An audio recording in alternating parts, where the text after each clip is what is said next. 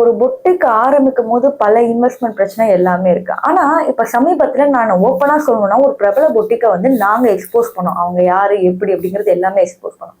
அதுல வந்து comment section எப்படின்னா, நாங்க ஒரு சாரி கொடுத்தோம், இவ்வளவு காசு கொடுத்தோம், வந்து போனா கிழிஞ்சு போன மாதிரி இருக்கு, அப்படி இருக்குன்னு நிறைய சொன்னாங்க.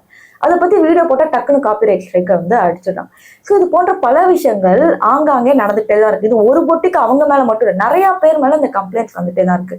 ஸோ மக்கள் என்ன சொல்லிட்டாங்கன்னா, நாங்க போய் நேரில் போய் போத்தீஸ்ல எடுக்கிறோம், சரவணா ஸ்டோர்ல எடுக்கிறோம், எங்களுக்கு பொட்டிக்கு மேல நம்பிக்கையே இல்லை.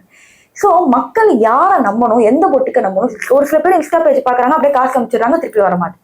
ஸோ பார்த்து எப்படி கண்டுபிடிக்கிறது இவங்க உண்மைதானா இல்லையான்னு? மேம் இப்போ என்னோட பேஜ்லயே என்னோட போட்டோ வச்சு வாட்ஸ்அப் குரூப் இருக்கு. நான் கிடையவே கிடையாது, எங்ககிட்ட எந்த குரூப்புமே கிடையாது. என்னோட பேர்ல டிடி பொன்னேஞ்சல் இன்ஸ்டால சர்ச் பண்ணீங்கன்னா 3-4 ஐடி வருது. நாங்க எங்களுக்கு அப்படி சர்ச் பண்ணும்போது ஐடி வந்தா ரிப்போர்ட் பண்ணிட்டே இருப்போம். மக்கள் என்ன பண்றாங்க, இப்போ நான் சாரி வந்து ஒரு 999 போடுறேன், அதே சாரி என்னோட வீடியோ எடுத்துட்டு போய் அவங்க பேஜ்ல 299 போடுறாங்க.